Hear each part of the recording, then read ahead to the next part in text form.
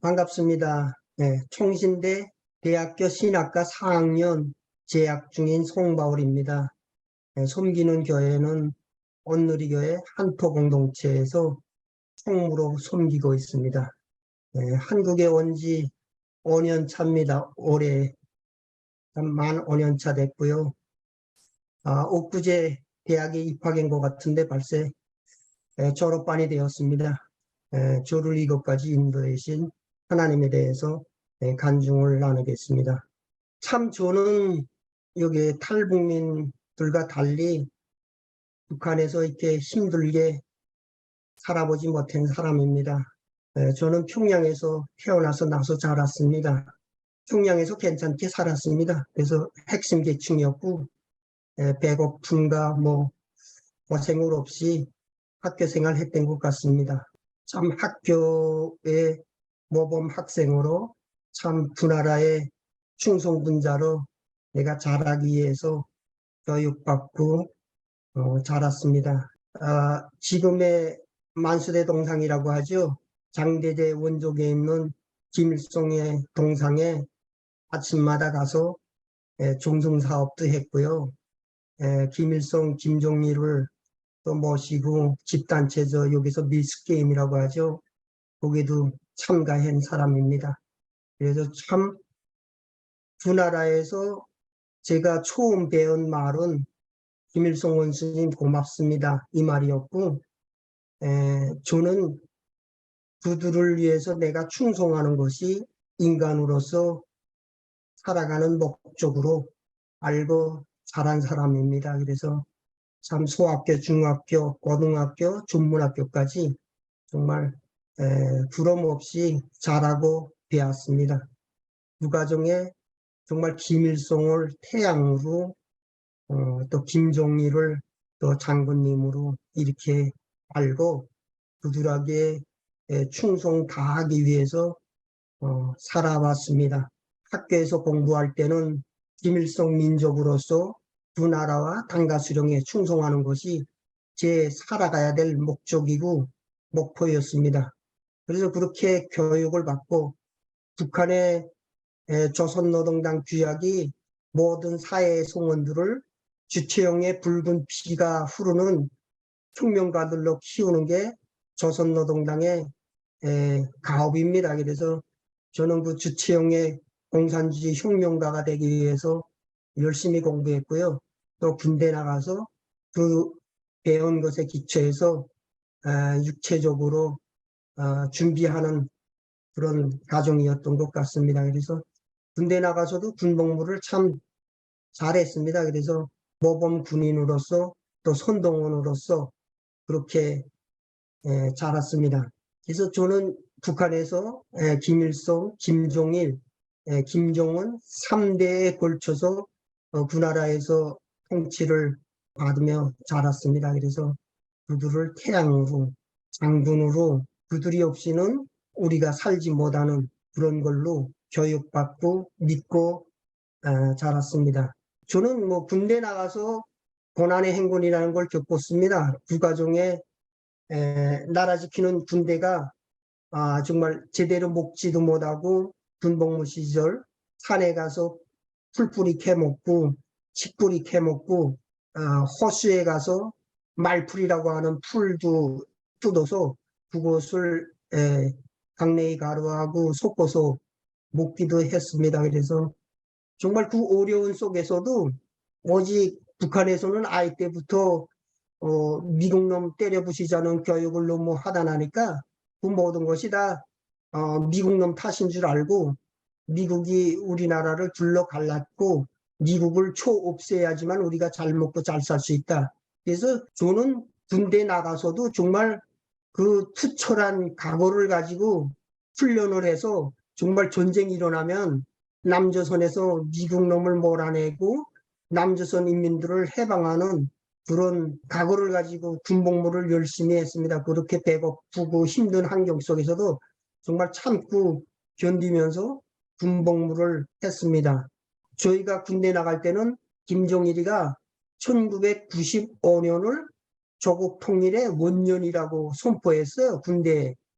그래서 1995년이 우리가 8.15 해방된 지 50돌씩 되는 해이기 때문에 50돌 분단이 지나가면은 다시 용용 뭐 나라가 조선이 둘로 갈라진다고 하면서 그 50년 되기 전에 무조건 통일해야 된다. 그래서 95년도는 조국 통일의 원년이라고 하면서 전쟁에 대한 많이 강조했습니다. 그래서 저희들이 군대 나갈 때는 전쟁하러 나가는 각오로 군대 나갔어요. 그래서 아직도 지금도 눈에 선하지만 평양고 대동강역전에서 기차 타러 우리가 군복 입고 떠나는데 형제들 부모들이 다 나와서 받아주는데 그 욕전이 온통 울음바다가 됐어요. 울음바다. 그래서 나가서 이제 목숨 바치고 생명 바쳐서 나라를 통일한다고 그러면서 정말 통일에 대한 그런 우리가 무력으로 조국 통일해야 된다.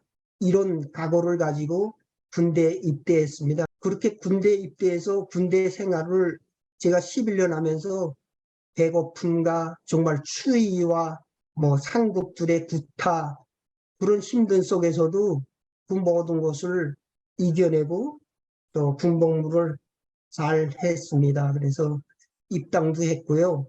그렇게 바라던 조국 통일은 하지 못하고 방언증을 하나 가지고 제대돼서 집으로 왔습니다. 그래서 집에 와서 제가 고난의 행군을 겪은 그것을 우리 어머니한 데서 듣게 됐습니다. 그래서 어머니도 고난의 행군을 겪으면서 어머니가 그 고난의 행군 시기 집에 팔 거 다 팔고 너무 먹을 것 없고 힘들어서 죽으려고 몇 번씩 나갔다가 막내 아들 군복무하고 제대되면 누가 밥 해줄까 하고 걱정이 돼서 죽지 않고 살아남았다 하더라고요. 그래서 그렇게 어머니도 죽지 않고 이약하게 살아서 또 장사를 해서 고난의 행군 시기 우리 어머니가 장사를 잘해서 돈을 많이 벌었더라고요. 그래서 그 풍성한 집에 군대에서도 쌀밥 먹어보기 힘들었는데 제가 제대되어 오니까 집에 쌀밥에 고깃국 먹고 살더라고요. 그래서 참 군대 나가기 전에도 그렇고 군대 나가서 와서도 전 한 번도 쌀밥에 고깃국 넣지 않고 먹고 살았습니다.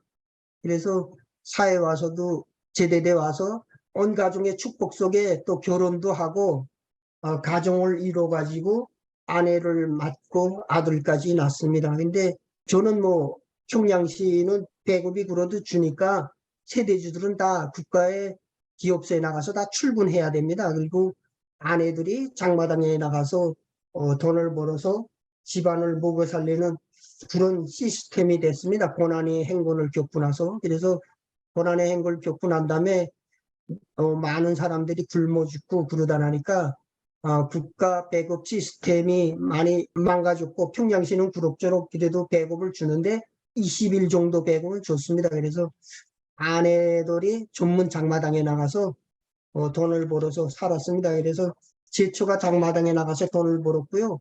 저도 장마당에 나가서 돈을 잘 벌었습니다. 그래서 생활에 어려움은 없이 살았지만은 저한테 무슨 그런 괴리가 찾아왔냐면 정말 국가에서 주는 그 배급표하고 월급을 가지고는 가정을 내가 부양할 수 있는 그게 없었습니다. 그래서 제가 그 문제 가지고 많이 고심하면서 너무나도 가정에 미안했습니다. 그래서 내가 무슨 장애인도 아니고 어력이 성성하고 젊음이 아직 펄펄 끓는데 내가 나가서 국가 일을 하면 국가에서 그에 대한 보상을 안 해주는 거에 대해서 많이 힘들어했습니다. 그래서 그 가정에 해외에 나가면 돈 많이 준다는 그런 알아가지고 해외에 건설 노동자로 나가려고 생각을 했습니다. 그래서 대건설 사업소에 들어가서 건설 노동을 하기 시작했습니다. 북한에서 우리 월급 주는다는 게 제가 한 달 월급이 2,500원이었습니다. 그때 2006년도, 7년도 때 2,500원이라는 게 정말 한 달러도 아닌 0.3달러, 0.3불. 그때 쌀값은 6,000원이었습니다. 시장에서. 그러니까 한 킬로 값도 안 되는 월급을 받는 거예요. 그게 국가의 그 시스템이 그러니까 나가서 일은 해야 되고 그 나머지 아내들이 시장에 나가서 벌어서 쌀을 사서 그 배급으로 충당보다는 나머지를 쌀을 사야 되고 또 아이 옷도 신발도 다 이렇게 사가지고 가정이 유지되는 상태였습니다. 그래서 해외에 나가면 노동자 월급을 50 내지 100불을 준다는 거예요. 그래서 내가 그 0.3불을 하나도 쓰지 않고 모으면 그 50불 내지 100불 벌려면 10년을 모아야 되는 거예요. 하나도 안 쓰고. 그런데 해외에 나가서 일하면 한 달에 50 내지 100불, 150불을 월급을 준다니까 그게 그렇게 커 보이고 정말 꿈 같은 얘기였던 겁니다. 그래서 그 해외에 나가는 것도 여러 가지 뭐 출신 성분, 신원 조회를 통해서 가는데 하도 저희 집안은 출신 성분이 괜찮으니까 이게 걸리지 않고 해외에 나가게 됐습니다. 그래서 해외에 나가는 것도 참 쉽지만은 않았습니다. 그래서 또 간부들한테 뇌물도 먹이고 또 일도 잘하고 해서 또 추천을 받아가지고 그렇게 해외로 나갔습니다. 그래서 제가 2007년도에 처음으로 러시아로 나가게 됐습니다. 그래서 러시아에 나갈 때 자본주의에 나가기 때문에 많은 또 강습들을 합니다. 그래서 해외에 나갈 때 외무성 강습하고 고위성 강습을 합니다. 그래서 외무성 강습은 해외에 나가는 그 나라에 대한 뭐 국가 질서에 대해서 가르쳐주고 그 나라에 가서 잘 생활할 수 있도록 여러 가지 교육을 합니다. 그리고 고위부 강습은 해외에 나가서 결국은 이 돈, 그 다음에 이 선교사들, 결국은 매수돼서 반역 행위를 하지 말라고 그렇게 강습을 합니다. 그래서 제가 처음 성경책을 그 보위부 강습하는 데에 가서 봤거든요. 그래서 북한의 평양시에 반간첩 투쟁 전람관이라는 거 있습니다. 그래서 그 전람관을 보위부 강습을 통해서 보여주는데 그곳에 가면 안기부 이 선교사들이 북한 주민들을 위해서 어떻게 공작하고 그들을 매수하고 이렇게 간첩으로 침투시켰는가 뭐 이런 자료들이 있어요. 그러면서 그 2층짜리 건물인데 절반 남아가 성경책이에요. 성경책.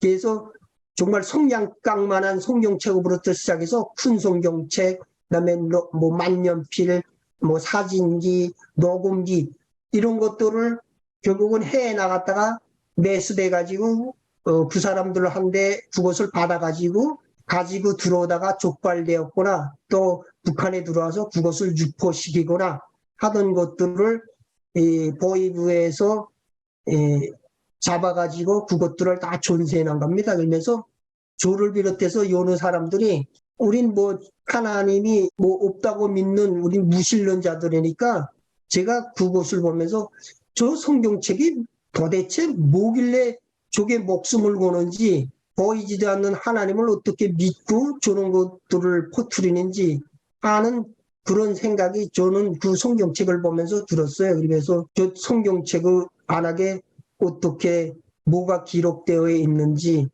그런 궁금증도 생겼고요. 그렇게 해서 제가 처음으로 평양에서 성경책이라는 걸 그곳에서 봤습니다. 지금 하나님을 믿고 하나님을 배워가면서 이 중보기도 모임 또 하나님의 역사하심을 지금 많이 배우고 알아가면서 제가 한 가지 군대 때 사실을 얘기하려고 합니다. 그래서 제가 군대 때 15년 동안 제가 위병을 앓았습니다. 북한에서 워낙 기름을 많이 먹지도 못하다 보니까 그리고 제가 12살 때부터 술 먹고 담배를 피웠습니다. 그래서 제가 위가 꽤나 약했어요. 그러다 군대에 나가서도 너무 못 먹으니까 귀가 아파서 위 때문에 고생을 많이 했습니다. 그런데 우리 부대 앞에 할머니가 신과 뜸으로 이렇게 병 치료해주는 할머니가 있었어요. 그래서 워낙 농촌이다 나니까 농촌에서 병 치료하려면 뭐 강냉이, 알곡, 콩 뭐 이런 알곡들을 가져다 주고 뭐 치료도 받고 그러거든요. 그래서 저도 한번 그 할머니한테 치료 좀 받을까 하고 갔습니다. 그래서 할머니한테 위 아파서 왔는데 할머니 좀 침을 뜨던 뜸을 뜨던 좀 고쳐주세요 하고 그 할머니한테 말해주고 할머니 치료해주면 강내에 몇 킬로 갖다 주면 드릴까요? 그러니까 그 할머니가 그저 공짜로 치료해 주시겠다 들더라고요. 그래서 그 할머니한테 가서 제가 뜸을 맞았습니다. 그래서 아직도 그 뜸자리가 있는데 후에 그 할머니가 돌아가신 다음에 그 할머니가 내가 물어보니까 자기 고향이 개송이라 길더라고요. 근데 우리 부대에서부터 개송까지가 한 70리가 되는데 그 할머니 혼자 고개에 와서 혼자 살면서 이렇게 침과 뜸으로 해줬는 그렇게 치료해 주시던 어머니인데 그 할머니가 어쨌든 돌아가신 다음에 보이부가 와서 그 할머니 집을 수색했는데 그 할머니 집에서 성경책이 나왔다고 그러더라고요. 그래서 제가 그 사실을 알고 야 내가 그 안동 할머니한테서 내가 치료받았구나. 저는 이렇게 생각했습니다. 그 성경책은 북한에서 소지해야 될 말아야 될 책이고 또 뭐 보이지 않는 하나님 미신을 믿는다는 것 자체가 용납할 수 없었기에 저도 그렇게 생각했지만 지금 와서 보면 그 할머니가 그때 저를 치료해 주시면서 저를 위해서 기도해 주시 않았겠는가 이런 마음을 갖게 됩니다. 그래서 참 어쩌면 내가 한국까지 와서 이렇게 하나님 믿게 된 것도 정말 그때 하나님을 몰랐지만 그 할머니가 나를 위해서 기도해 주신 그 중보 기도의 불을 들으시고 하나님이 저를 여기까지 인도해 주시지 않았나 이런 생각을 갖게 됩니다. 그래서 오늘 우리 같은 이 중보 기도 모임이니까 우리가 기도하는 것 정말 하나님 때에 다 응답해 주실 거라고 믿습니다.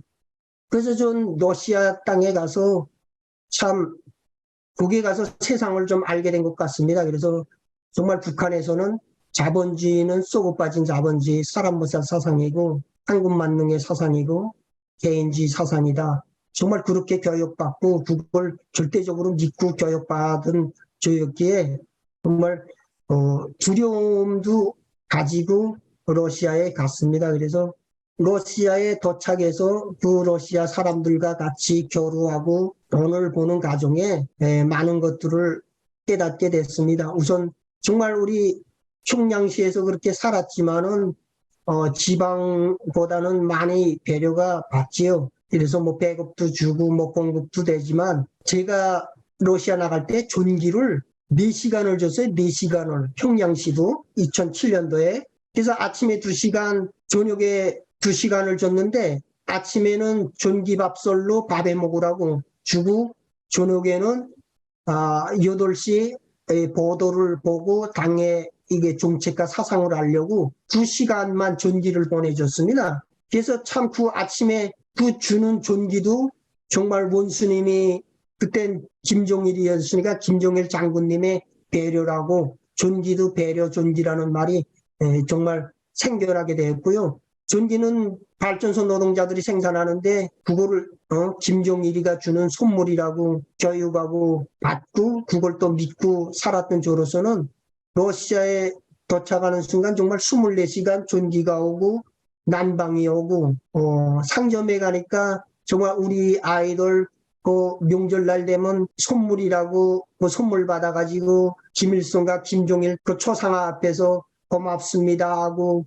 그 한 킬로 되는 간식을 받아서 먹으면서 그것도 감지 독지에서 받아 먹었는데 정말 상점에 강가루 사탕 과자가 있고 쌀도 있고 쌀을 상점에서 파는 걸 그때 러시아에 가서 처음 알았습니다. 그래서 그때 그걸 보면서 야 우리가 이렇게 상점에 가서 아이들 간식도 사주고 또 쌀도 사 먹고 하면 모든 게 다 편안한데 이거 왜 북한은 왜 그렇게 나라에서 딱 공급되는 거 먹어야 되고 우리가 국가를 위해서 일했는데 아이한테 사탕 과자도 제대로 사주지 못해서 그 사탕 과자를 주는 김종일과 김종원이한테 그 사탕 과자 한 킬로를 또 줬다고 고맙다고 인사하면 먹어야 되는가 이런 많은 생각을 가지게 되었던 것 같습니다. 그러면서 인터넷과 또 유튜브를 통해서 세상을 알게 됐습니다. 그래서 북한에서 내가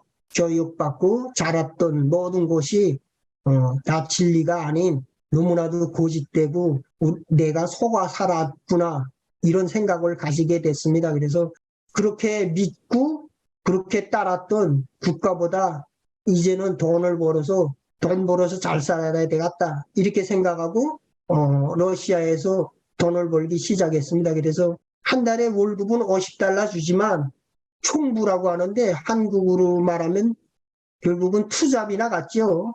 아침에 나갔다가 저녁에 6시에 퇴근하면 그 퇴근에서부터 나가서 다시 1시, 2시까지 일하는 겁니다. 그래서 그렇게 일하면서 돈을 받기 시작했는데 그렇게 나가서 하루에 벌면 50 내지 100불을 벌었습니다. 그러니까 회사에서는 한 달 월급을 50 내지 150불 주는데 내가 나가서 밤에 나가서 일 끝나고 와서 일하면 50 내지 100불을 하루에 벌 수 있는 거예요.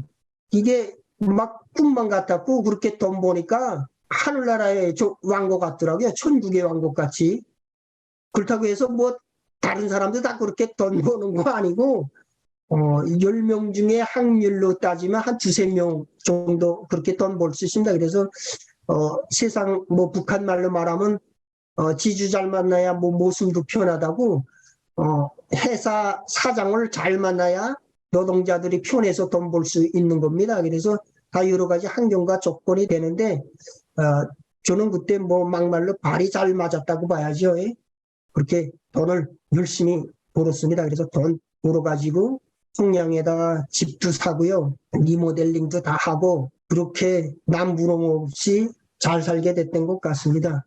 그렇게 하고 제가 7년을 러시아에서 돈을 벌었습니다. 그래서 북한에서는 해외 노동자들 3년 이상을 또 해외에 못 있게 합니다. 그래서 오래 있으면 그 자본주의 물들고 정신이 나빠진다고 3년 이상 또 들지 말라는데 제가 기능도 있고 그러다 나니까 회사에서 3년을 더 있게 해주고 그 3년보다 더 채워서 7년을 제가 있게 됐습니다.